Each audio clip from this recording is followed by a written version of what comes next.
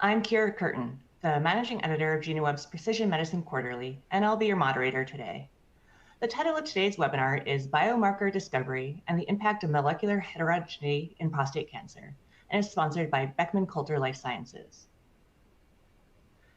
Our speaker today is Nallasivam Palanisamy, an associate scientist in the Department of Urology at Henry Ford Health. You may type in a question at any time during the webinar. You can do this through the Q&A panel, which appears on the right side of the webinar presentation. And if you look to the bottom tray of your window, there are a series of widgets to enhance your webinar experience. And with that, I'll turn it over to Nalla. Nalla? Good morning, everyone. Thank you very much for the kind introduction. First, I would like to thank the organizers of this meeting, the Genome webinar, and also the team from Beckman Coulter Life Sciences for giving me this opportunity to present our research work on molecular heterogeneity in prostate cancer. So in this presentation, I would like to highlight our recent work on the understanding of the multifocal nature of the prostate cancer using the well-established molecular biomarkers to understand the extent of tumor heterogeneity and its impact on early diagnosis, and also some of the risk assessment using this information. And also I will talk about some of the new approaches that we are taking to discover some new molecular biomarkers in prostate cancer. And I would like to acknowledge that I don't have any business or financial relationship with any of the sponsors of this presentation. And I do have some ongoing relationship with AstraZeneca as an advisory board member. So, and also I would like to thank the participants via online. I understand that many people from all over the globe, and they are attending the seminar. So for their benefit, first few slides, I would like to introduce the incidence of prostate cancer all over the world, because I assume that many of the participants, you may not be working directly on prostate cancer, at least for the benefit of those people, and also for if any students who are attending this webinar, it will be beneficial to them as well. So to begin with, if you understand the incidence, the overall incidence of prostate cancer all over the world, the so-called developed countries are known to have a much higher incidence of prostate cancer. As you can see, some of the North America, and then the Canada, then the Europe, Australia, and some part of South America are known to have the higher incidence of prostate cancer compared to the most of the Asian and the African countries. But if you look at the mortality rate of prostate cancer throughout the world, it is completely in the reverse. And the so-called developed countries, the mortality rate is not that high, but whereas some of the underdeveloped or poorly developed nations, although the incidence of the prostate cancer is low, but the mortality rate due to the prostate cancer is much higher in these countries. It could be due to various social and economic and other healthcare access problems. So I think this is, I'm showing this for you to recognize the overall incidence and the death rate of prostate cancer across the world. And if you look at the individual countries where the incidence of prostate cancer, particularly in the United States, as I told you, the North America has a higher incidence of prostate cancer. Even within the United States, the incidence of prostate cancer is much higher in the African American, or in other words, the Black population, compared to the white population, which is highlighted here. And also the incidence is much lower in the Asian countries and other ones. So in all these countries all over the world, I think the prostate cancer specific antigen called the PSA is routinely used for the diagnosis of prostate cancer, to understand early, kind of detection of prostate cancer. So in the next slide, I will show you, in compared to the other solid cancer, what is the overall incidence of prostate cancer. Prostate cancer is the second leading, cancer when compared to all other solid cancers. The lung cancer is the foremost one, and the prostate cancer, about 1.4 million individuals are affected annually all over the world. And it is much higher incidence in Europe, Asia, North America, and Latin America when compared to the other countries. So this will give you a perspective of, so it is a global problem. That's what I'm trying to convey the message here. It is not only specific to any particular region, although the incidence may vary, but still there is a good number of cases in each population. So since I'm working in the United States, I would like to highlight the overall incidence of prostate cancer in the United States. According to the American Cancer Society estimate for the year 2023, the new estimates about 288,000 new cases will be diagnosed in the United States alone, which is the leading cause of I would say the leading cancer in men in the United States. But if you look at the mortality due to prostate cancer, that is the second leading cause of death in men, which accounts for about 35,000 cases in men in the United States. So with this overall incidence, both the global and in the nationwide incidence, what are we trying to, what is our research focus in this cancer? Since it is a global problem, what is new to learn from this cancer? As you know, prostate cancer is not initially a killer disease. When it is diagnosed earlier, if it is treated, it is quite manageable. But still, there is a subset of patients, they come up with a very advanced or aggressive cancer type, which is leading to the mortality. They suffer from advanced metastatic disease and they undergo disease. So we are trying to understand what are the challenges in the early diagnosis of prostate cancer, and how we can actually do the risk assessment to intervene early for diagnosis and treatment. So one of the major problems in prostate cancer, as you know, unlike many other cancer, prostate cancer is a highly heterogeneous both at the molecular level and at the morphological level. It is a highly heterogeneous disease, and it is a multifocal disease, meaning that within the prostate gland, there will be at least 2 or 3 tumors you will recognize in any given patient when they come for initial diagnosis. So our goal is to understand the clinical significance of each and every foci, not only just taking the high Gleason grade or the large tumor, but we are trying to understand, taking the entire prostate landscape together, try to understand what is the interrelationship between the extent of molecular changes and what are the clones, the individual clone that has the metastatic potential to develop into an advanced and unmanageable disease. And the smaller foci, I think most of the focus is always on the index or the dominant foci, but most of the smaller foci are conveniently ignored. But what we are thinking that is even the smaller foci with the higher Gleason grade may also carry some distinct driver molecular aberration that can be easily missed by conventional screening approach.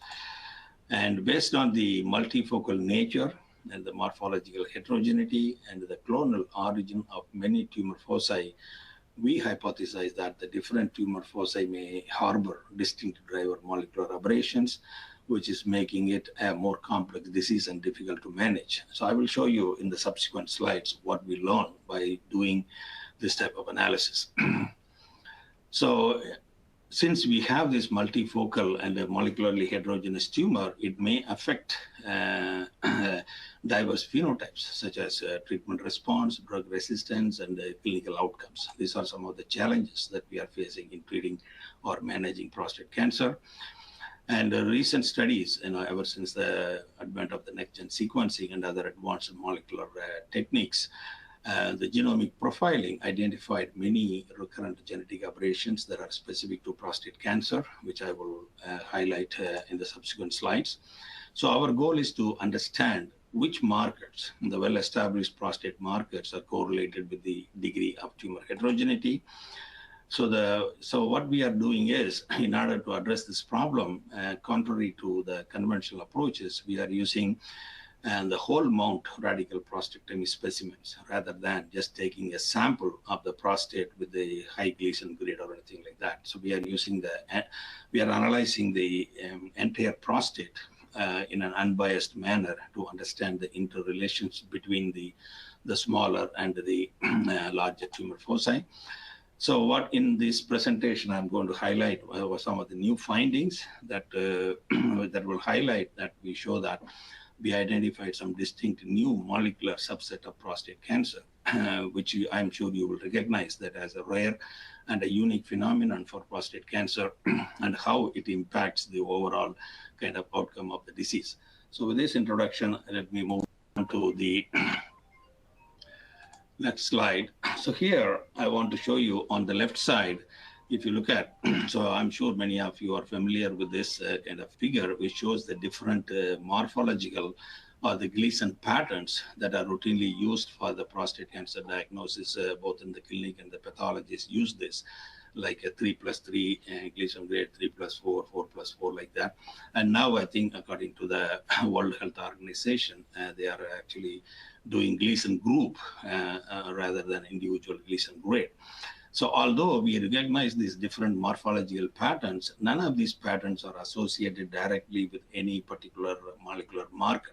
So although the Gleason pattern will tell you what stage the disease is, but you cannot decide based on any treatment directly, any targeted therapy or anything like that. We cannot do just based on the molecular aberrations. It will tell you whether the tumor is in the early stage or advanced stage. Other than that, we don't know much about based on the morphological classification. So based on the advanced molecular analysis, there are many molecular markers have been discovered, including particularly gene fusions involving the E26 transcription factor family of genes like ERG, ETB1, ETB4, and ETB5. These are the major type of gene fusions that are identified in prostate cancer. I think many of you may know that the H gene fusions are the first recurrent gene fusion ever identified from the University of Michigan by Dr. Urology in the year 2005. Until then, we don't know the incidence of recurrent gene fusions in any solid cancer, which is a remarkable discovery. Then following that discovery, there are many other findings have been identified. I was involved in the discovery of the druggable RAF kinase gene fusion in prostate cancer. So using these molecular markers, this is the first time we are able to classify the prostate cancer into distinct molecular subtypes rather than morphological subtypes. So it is not only important because all these gene fusions account for about 50 to 60% of the prostate cancer. Still, there is a subset we don't know what are the molecular aberrations, but this is a significant number, about 60% of these molecular markers. And some of the preclinical work is being done, and which clearly shows the potential that these gene fusions can be targeted with some specific drugs, like the H gene fusions we can use, like PARP inhibitors. They're not directly targeted, they are indirectly, because most of the H genes are like transcription factors, where that is challenging to develop any direct targeted therapy. There are several work is being conducted, some of them are published, showing the potential that these gene fusions can be targeted in an indirect manner. And some of the small molecule inhibitors have been developed for ETB1 gene fusions. And our work by Dr. Bushra et al., they showed that the SPINK1, that is overexpressed, it's not a gene fusion, but it is overexpressed in a subset of prostate cancer that can be targeted with the antibody for EGFR inhibitors. And I was involved in the discovery of the RAF kinase gene fusion, which can be targeted by using the FDA-approved MEK or the sorafenib inhibitor. So there is a potential that these gene fusions can be eventually, although they are not ready for prime-time clinical use at present, but eventually, I think in the near future, these gene fusions can be targeted with the with these therapeutic molecules. So with that, and recently there are many other work that are published that also shows that it is not only the protein coding genes, some of the non-coding RNA like the SLAP1, the KLKP1, PCAT, kind of non-coding RNAs are also shown to be expressed in a cancer-specific manner. And although they cannot be directly targeted with any drugs, but I'm sure there will be some using the CRISPR and other methods, eventually the methods can be developed to targeting this molecule as well. So given this long list of prostate cancer specific markers, so this is the first time we can actually classify the prostate cancer into distinct molecular subtypes. So now, and also in addition to those gene fusions, when you look at the metastatic prostate cancer, there are many other kind of targetable genes have been identified, especially in the precision medicine or the personalized medicine field. There are many druggable targets have been identified, particularly when they take the initial biopsy. They are subjected for targeted sequencing to identify the specific mutations, and that can be treated with some specific inhibitors. So if the patients are not responsive to any of those, and the subsequent biopsy can be characterized for identifying some additional targets for treatment. So this is the current status of the different molecular markers that are identified in prostate cancer, how they are managed in the treatment.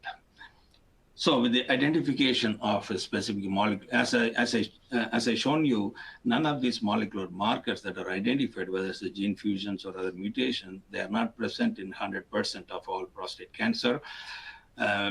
Because most of the, I would say in almost all solid cancers, any recurrent aberrations that are identified, they are actually present only in a small subset. Like I think the classical example is the EML4 ALK gene fusion that is identified only in less than 5% of the lung cancer, but still it is a targetable molecule, and there are therapeutic options have been developed. Like that, I think the main idea behind discovering more molecular markers is to divide the cancer into distinct molecular subtypes and target them with some therapeutic options. So I think that is the goal of identifying distinct kind of molecular markers. But still, like I mentioned, still more than about 20 or 30% of the prostate cancer, we don't know what is the underlying genetic mutation in those cases, which I will talk more in detail in the subsequent slide. So with that, I want to highlight some of the kind of the conventional approaches, that what is being done in the clinical field to diagnose prostate cancer. So like you show at the top, I think when the prostate cancer is early diagnosed using needle biopsy, when the PSA is elevated, so biopsies are done, and they look at the different Gleason grade. Based on that, they decide. And also, if there is any additional molecular test need to be done, even after surgery, when they do radical prostatectomy, that is removing the entire prostate, they take only a sample of the higher Gleason grade. You're not looking at the entire prostate. They take only a sample and subject them for any molecular analysis. And many decisions are made based on that. And also for research and other purposes, people do construct a tissue microarray, which again take only a sampling of the entire prostate. So because I'm highlighting this mainly because, as we know, almost about 90% of the prostate cancer are multifocal disease, meaning that more than one tumor foci are present. So if you take only a sample from one tumor foci, which you think that which is high Gleason grade, which may be the biologically important tumor foci, we are conveniently ignoring a large chunk of the tumor, which we don't know the biological importance. So for that reason, I think we need to, I'm trying to emphasize that given the multifocal nature of the disease and the different pathological features of all independent tumor foci, that have the largest tumor volume or the highest Gleason grade or extra prostatic extension. These all need to be considered in terms of making any diagnosis. So that is the important point that I would like to make.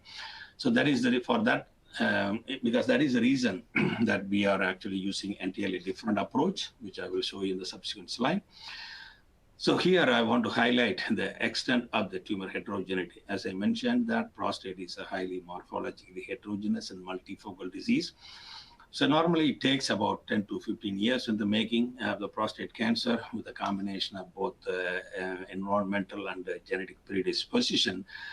Individual tumor foci are developed over a period of time. So when you take any prostate, the whole prostate, you will be able to see the tumors of different level, like some tumor may be just high-grade pin, some of them may be like a 3+3 early stage tumor, or you may find one or two tumor foci with a high Gleason grade, like 4+4 or or 5+3 or very high Gleason grade. So you will see all different type of tumor within a prostate with the different stages of development. So our goal is to understand whether the different tumors within a prostate, do they carry, all of them are genetically identical, carrying the same mutations? What is the interrelationship between the different tumor foci within a prostate, and which tumor is actually important to establish a metastatic disease like that? So these are some of the fundamental questions that are not clearly addressed in prostate cancer research. So the heterogeneity of this prostate cancer is the reason for this tumor's complex diagnosis and prognosis. Because any analysis, like I showed you before, if you are taking only a sample of one tumor foci, if we do some molecular analysis and make important decision, means we are conveniently ignoring an important information. So that is the reason we have to take the entire prostate into consideration for analysis, because of the clinical significance of some of the smaller or secondary tumors and the relationship between the extent of molecular changes and the metastatic potential of individual tumors is not clearly understood.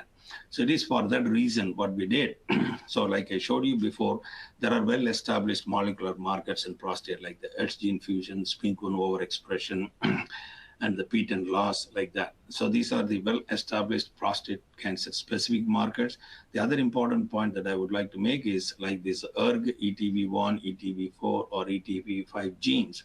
These genes are expressed only when there is a chromosome translocations, because you are not dealing with the differential expression, like it is expressed very low level in benign tumor and very high in the cancer. It is not like that. It is yes or no, because only when there is a chromosome translocation happens, these ERG, ETV1, ETV4 genes are expressed. So that means that clearly it is a somatic event that is specific for cancer, and you don't see any expression, or not even a very basal level, in the benign prostate.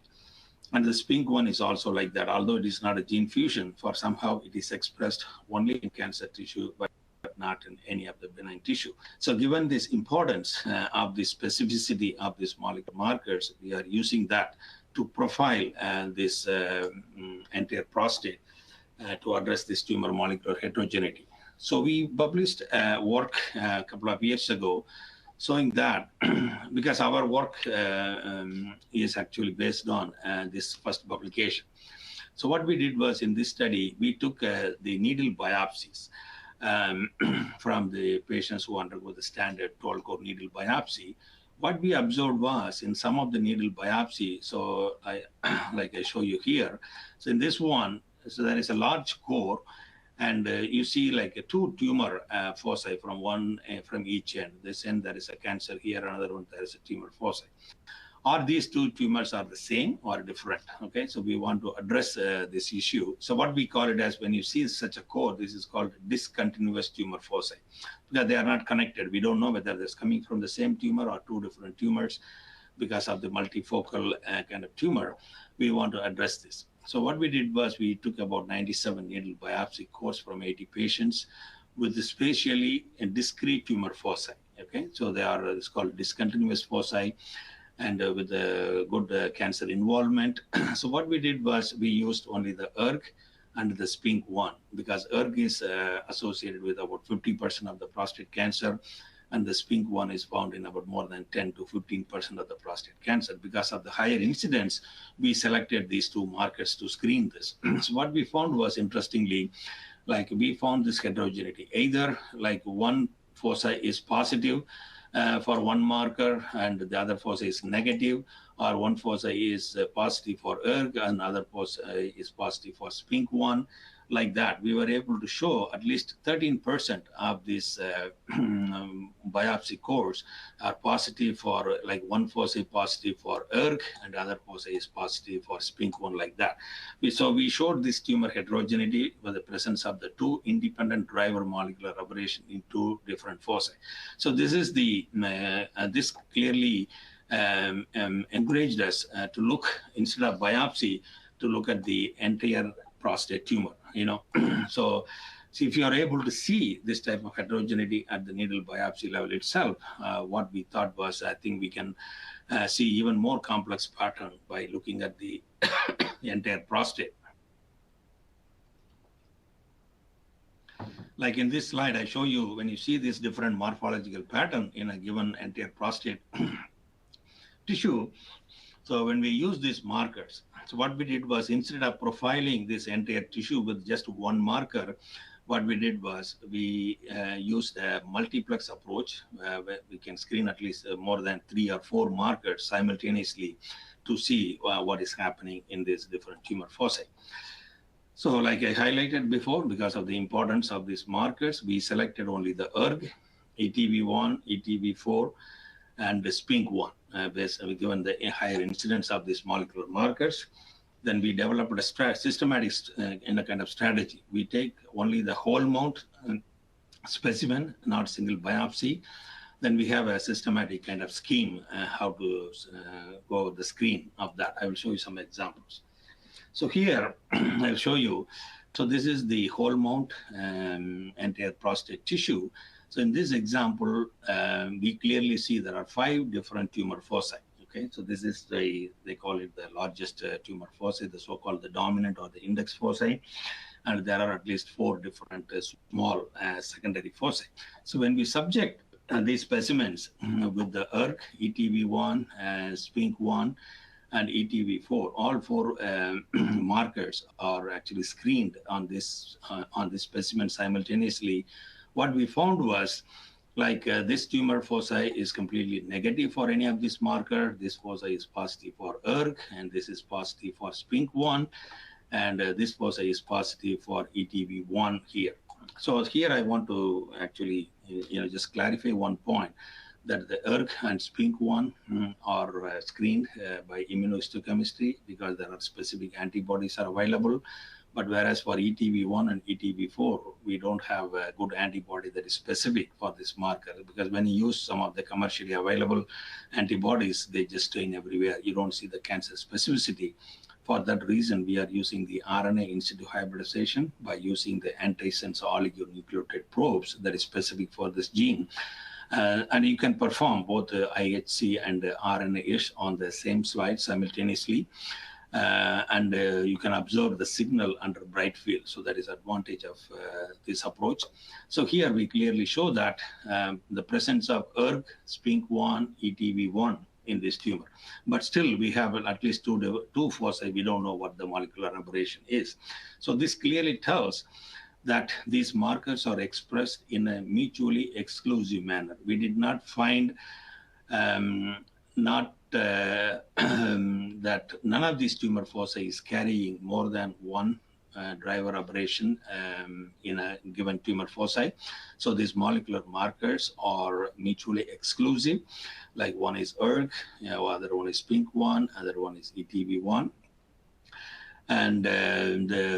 And also it shows that because of the different Gleason grade, like this tumor foci is more like a 3+3. The other tumor foci that is ETV1 positive is like a 3+4, 7 high Gleason grade. And also we did the PTEN analysis on this tumor. We showed that the PTEN is deleted only in this tumor foci, but is intact in the other tumor foci. So which clearly shows the extent of the molecular heterogeneity of this prostate cancer.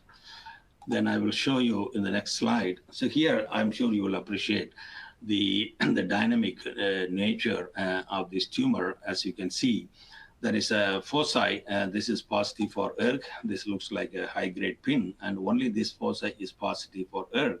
And right next to that, there is a gland right next to that. Even within this region, it is positive for SPINK1.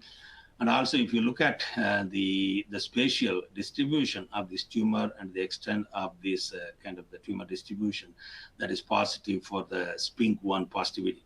So like I discussed before, if you are taking a sample from the needle biopsy or from a radical prostatectomy or for TMA, say for example, if you take a sampling from this region, you are going to miss all this information for this sample. So that is the reason I'm emphasizing the importance of looking at the prostate, using the whole mount radical prostatectomy rather than just a sampling of this. Because this is something unique to prostate cancer, this type of multifocal and presence of more than one driver molecular aberration in a given prostate. But I think very rarely it has been shown in lung cancer, like the ROS or RED gene fusions are present, two fusions present very rarely in a small subset. But in prostate, this is a common phenomenon. The multifocal nature is always there. More than 90% of the cases have multifocal tumor. If you screen these patients, you will find the presence of more than one molecular marker in a given patient. So here, then I will show you in the next slide. We were able to show even the presence of this multiple marker by using needle biopsy as well. And some of the cases, like I'm showing here two cases on the right side. On the left side, this is one case, and the left side is another case.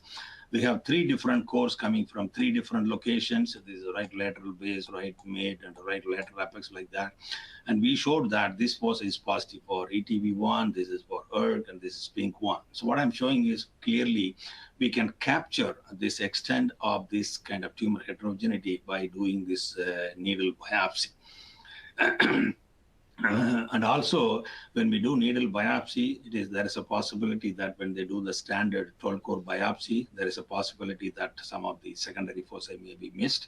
I think it is for that reason, I think most of the kind of urologists, they are considering doing a saturation biopsy, meaning that they can take up to more than 20 or 24 cores when they are doing this biopsy. So that they can hit the anterior region of the prostate, and also the small secondary foci can also be captured by doing the saturation biopsy rather than the 12-core needle biopsy.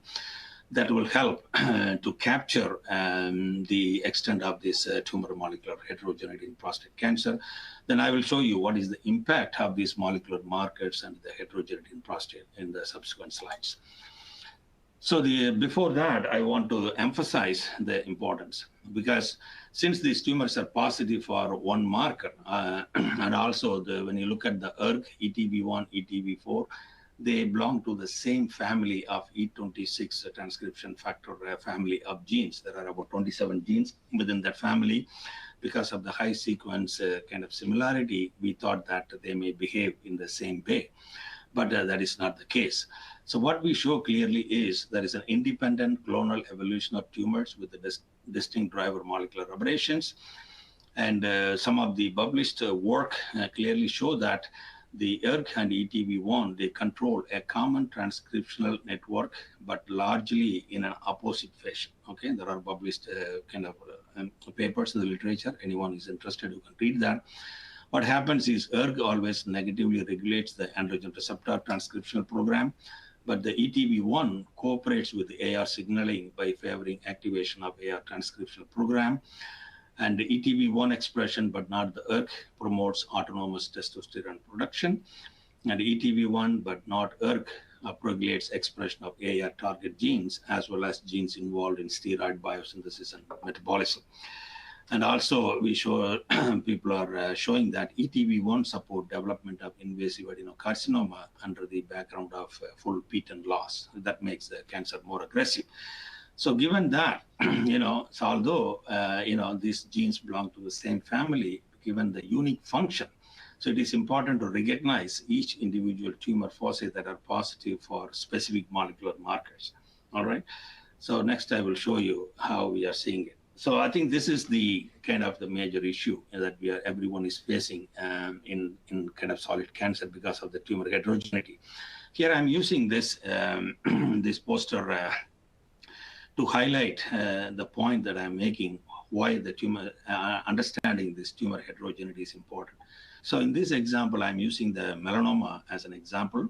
Here in this patient who is actually positive for a BRAF, the well-known, more than 70% of the melanoma are known to have this BRAF mutation, the canonical V600E mutation. And recently, drugs have been developed, that is PLX4032, targeting the mutant BRAF, not the wild-type BRAF. And initially, there was a big enthusiasm using this drug, and this patient was treated with this drug. After 15 weeks, the entire tumor is completely gone. We thought that this is a miracle drug that is going to completely cure melanoma. But unfortunately, within about 23 weeks after the treatment, the tumor relapsed, and the same locations, the tumor came back. So what it signifies is that this is the problem of this tumor heterogeneity, because this drug worked only on cells that carry this BRAF V600E mutation, but it did not work on other cells that do not carry the mutation. So these mutant positive cells are eliminated, but the secondary tumors without this mutation, they took over the tumor. That is the reason. So this is exactly the point that I'm trying to emphasize on the prostate cancer, given this multifocal nature and the multi-marker positive. So like in breast cancer, we talk about triple negative, in a breast cancer like that. But here, the same analogy, I'm saying that in prostate, these are all triple positive prostate cancer. We have the ERG, SPINK1, and ETV1. Okay, triple positive or dual positive or triple negative prostate cancer like that. So this is the new classification that we have to look into the prostate cancer. So based on our learning by using the needle biopsy and studying this tumor heterogeneity, we engaged in a large study, systematic study.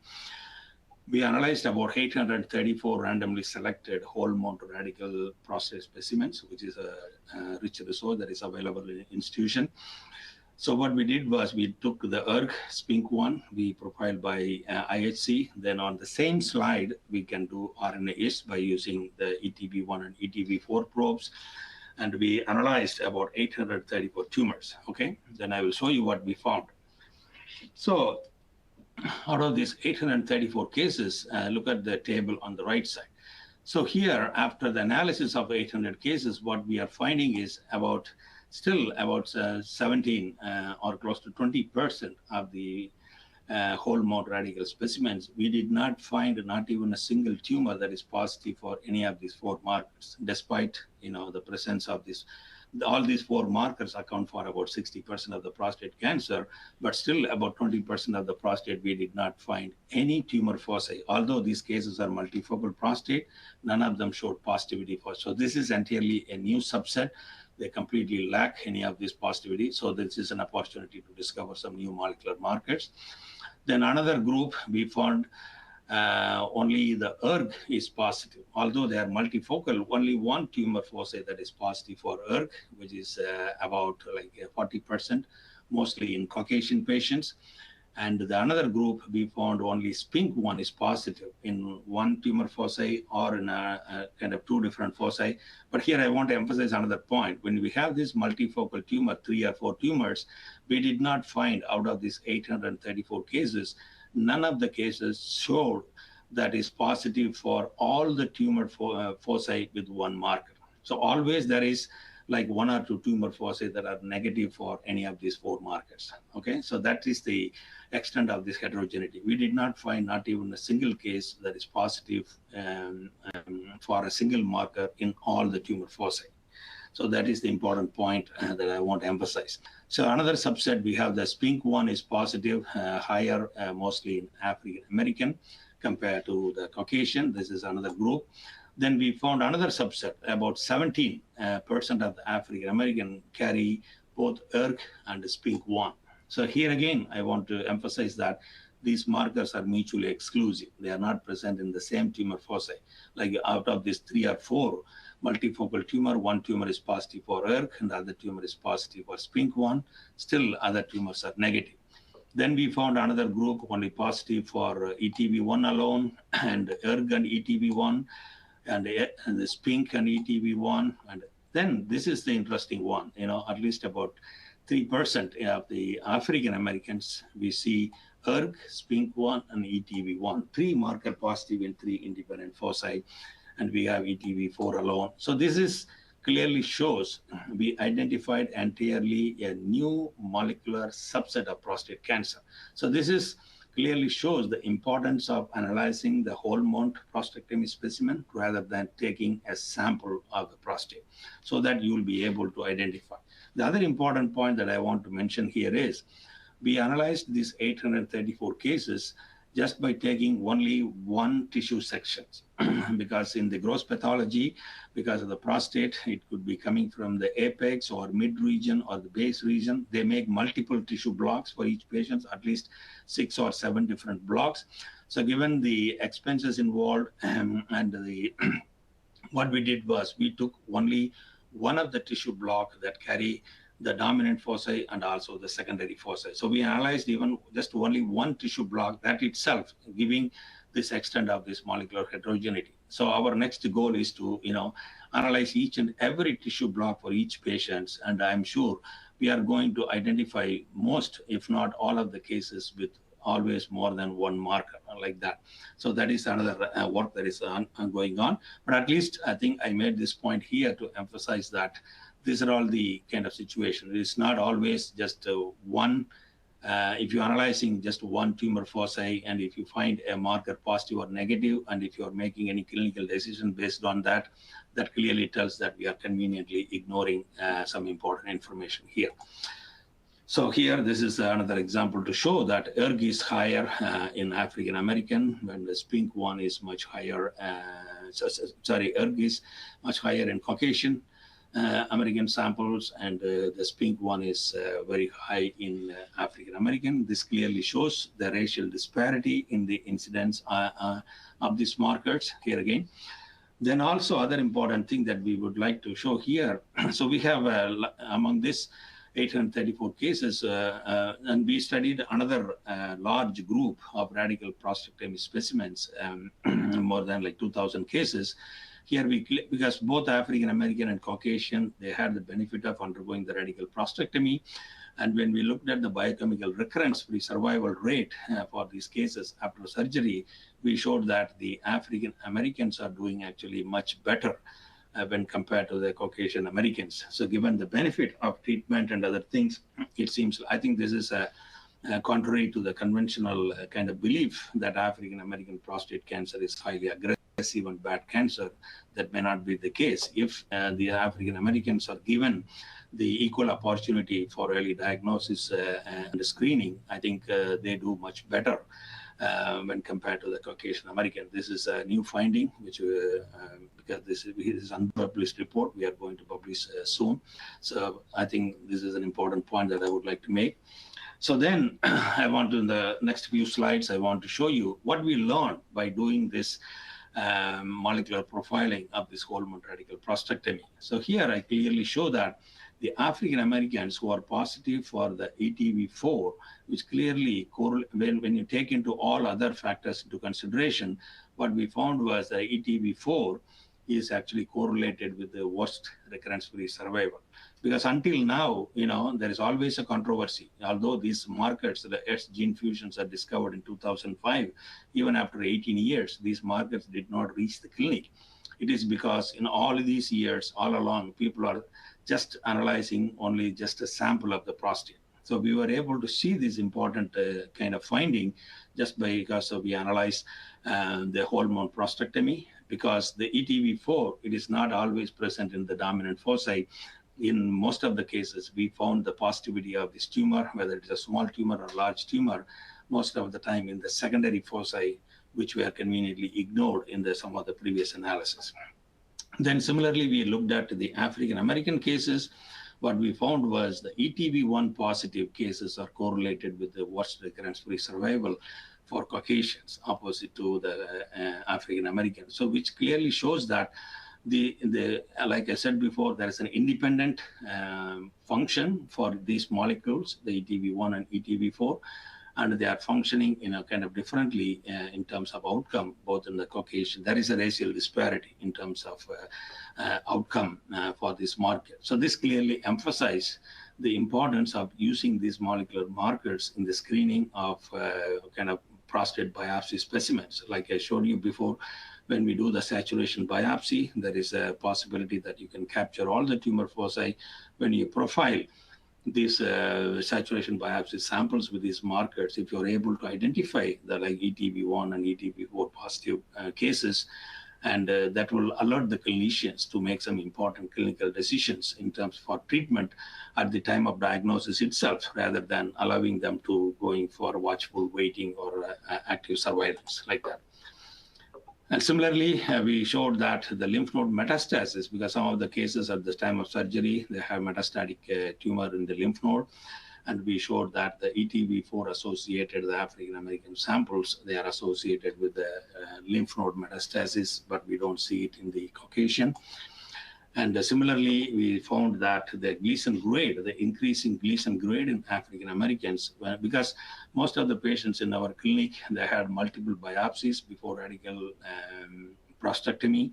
When we observed, there is a change in Gleason grade from the first biopsy, second biopsy, third biopsy. When you look at all these biopsies, there is a change in Gleason grade, which clearly shows that there is an association that makes the cancer more aggressive like that.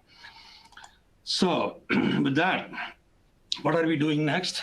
Like I clearly showed, our focus right now is focus on the small subset, about 20% of the cases that are completely negative for any of these molecular markers, right? So for that, we have to come up with some new approaches, because the challenge is most of the prostate biopsy specimens are available in terms of paraffin-embedded tissue, like FFPE tissue. It's very difficult to collect fresh frozen kind of tissue resources. So we have a large collection of FFPE tissue. So we are looking for some improved methods for isolation of DNA and RNA, because as you know, the DNA integrity or RNA integrity is highly compromised in these FFPE tissues. So we are looking for some best methods that are commercially available, like the Beckman Coulter Life Sciences. They have come up with a best method for isolation of better quality DNA and RNA in these FFPE samples. And we subjected this approach in a small subset of African American cases. They are completely negative for all these molecular markers, and we subjected them for next-gen sequencing. And the sequencing data clearly shows that because of the high quality of the RNA that we obtained, when we compared the expression of the genes, when comparing with the TCGA data, because the TCGA mostly used fresh frozen tissues, not FFPE, we were able to get some comparable results between the FFPE and the fresh frozen. So we are actually more convinced by using this approach. And interestingly, we discovered a novel kind of gene fusions, because since we used only the African American sample, we found this rare and a unique gene fusion in a significant number of African American cases, the PCAT and the KCT involved gene. So I just put X because these are unpublished data. So we are working on this gene fusion, characterizing it, and we are going to screen in Caucasian as well to understand the true incidence of the gene fusion. So this is an important discovery, because here I want to emphasize the point, we are not sequencing samples just because the samples are available. We are carefully selecting cases based on their molecular profiling, because we selected only cases that are negative for all the known molecular markers. Right? They are not positive for ERG, ETV1, ETV4, SPINK1, or BRAF, any non-gene fusions. So when we carefully select these type of specimens, I think that will maximize the chances of discovering some new molecular markers. I think our approach paid off, and we have this new discovery, and which we are in the process of characterization. We will eventually get into publication in the near future. So with that, I would like to quickly summarize some of the important take-home messages that we learned from this work. So this, for the first time, I think I'm sure you will appreciate that this is the largest cohort of whole mount radical prostatectomy used for screening molecular markers. which clearly revealed unprecedented details on tumor heterogeneity with respect to molecular markers, clinical and pathological parameters, as you can see.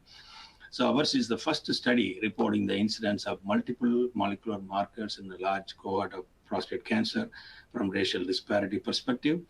Our study significantly differs from others because we have evaluated the whole prostate tissue instead of taking a sample like the dominant nodule alone. So the distinct molecular marker incidence in separate foci suggesting independent clonal evolution of tumors in a multifocal disease, because all the tumors are not kind of evolving simultaneously, but these are all independent clonal at different time point. And given that more than like 87% of the PC are multifocal, our results emphasize the importance of taking the secondary nodules into consideration when making treatment decisions. So distinct molecular subtypes and the pathological differences between Caucasian American and African American patients. I'm sure I think this study will prompt this type of analysis in other population as well to understand if there is any inherent differences between different populations. So reaffirming the racial disparity among prostate cancer cases. So different molecular subtypes may associate with distinct clinical and pathological outcomes, like we showed the association of ETV1 and ETV4 for worst recurrence survival between African American and the Caucasian. So this clearly emphasized the need for screening these molecular markers. So the molecular heterogeneity and racial disparity could be a major factor that dictate the overall response to treatment options and will have a considerable impact for targeted approaches for prostate cancer management. And the last few points, like I showed you, the ERG and SPINK1 IAC revealed entirely new distinct molecular subset, like presence of two dual positive or triple positive prostate cancer subtype. And technically, we can do both IHC and RNase on the same tissue for simultaneous evaluation of these markers.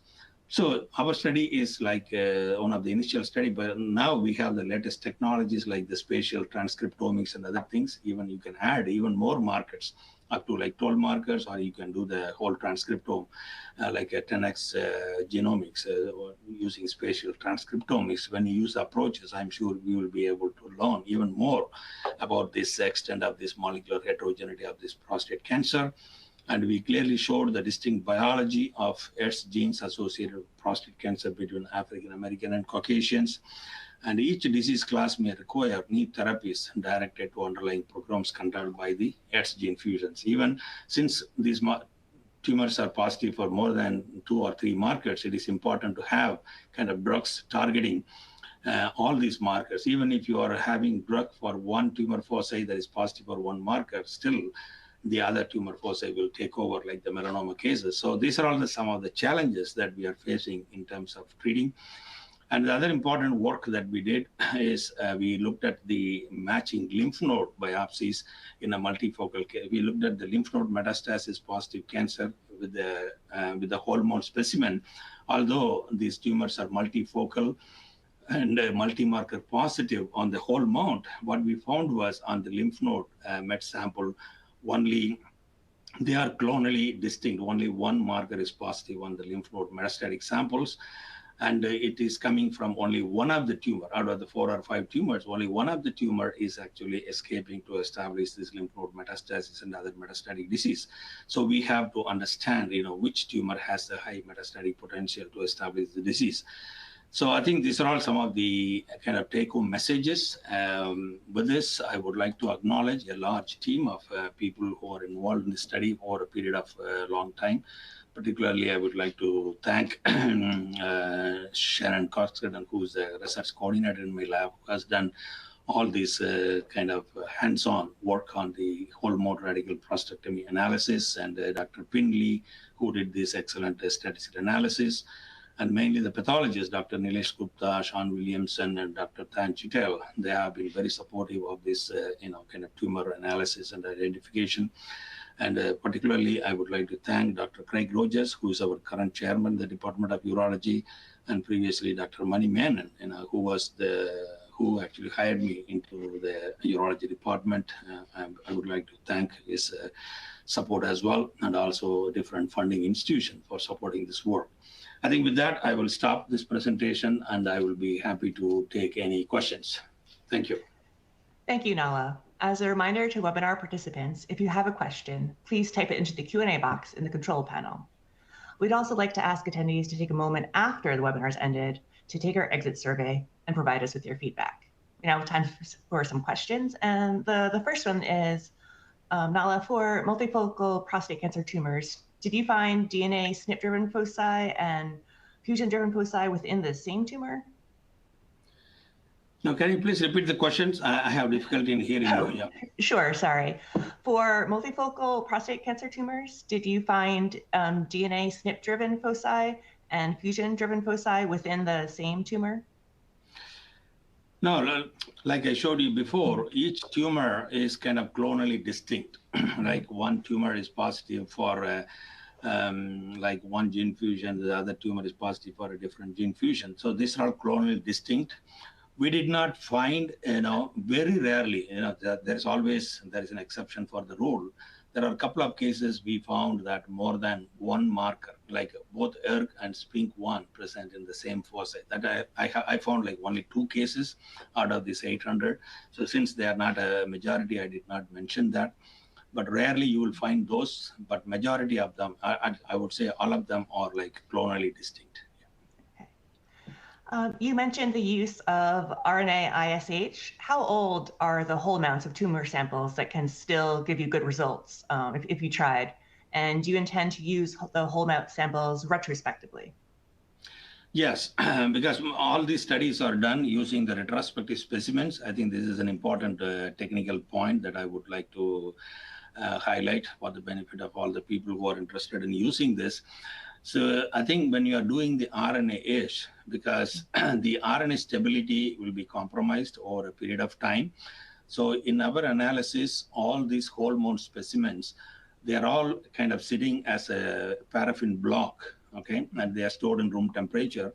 But for our analysis, we cut the sections just before doing the experiments. So most of these slides are actually within like 2 or 3 months old. So if you are allowing, but if you have already have slides cut, make sure that these slides are stored in at least -20 or higher temperature, just to protect the integrity of the RNA.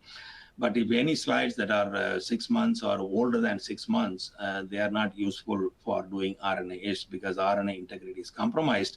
You may not be able to get the expected results. So you may end up getting some false and negative results. So please make sure you use some fresh cut sections. It is okay to use older blocks, even if they are 10 or 15 years old, but still make sure you cut the sections that are fresh and subject them for RNA-ish. They work beautifully. How do you see spatial transcriptomics techniques aiding in the analysis of heterogeneity? Will these methods be a viable option for clinical use in the future, do you think?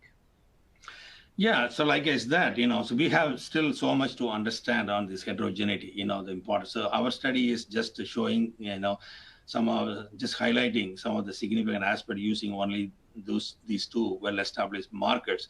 So when you use the spatial transcriptomics, either using like 10 markers or 12 markers or using the whole transcriptomics, I think it's going to dictate based on what you are going to learn from that, Again, so since you are going to do the unbiased analysis of this whole mount using the spatial transcriptomics, then you are going to see, you have to carefully analyze individual tumor foci. What are the differences that you are seeing in each tumor foci? Then based on the results, then that will dictate what will be the kind of outcome, how we are going to use that information for clinical purposes. But at least now we clearly show that these ETV1 and ETV4, they are well-established kind of recurrent gene fusion in prostate cancer, and they are expressed only after chromosome translocations. So there is no expression in the benign. So these are all definite prostate-specific markers, and they are not present in any others. Like ERG is present in other leukemia and other sarcomas as well, but they have a different fusion partners. But the fusion that we are seeing in prostate is specific only for prostate.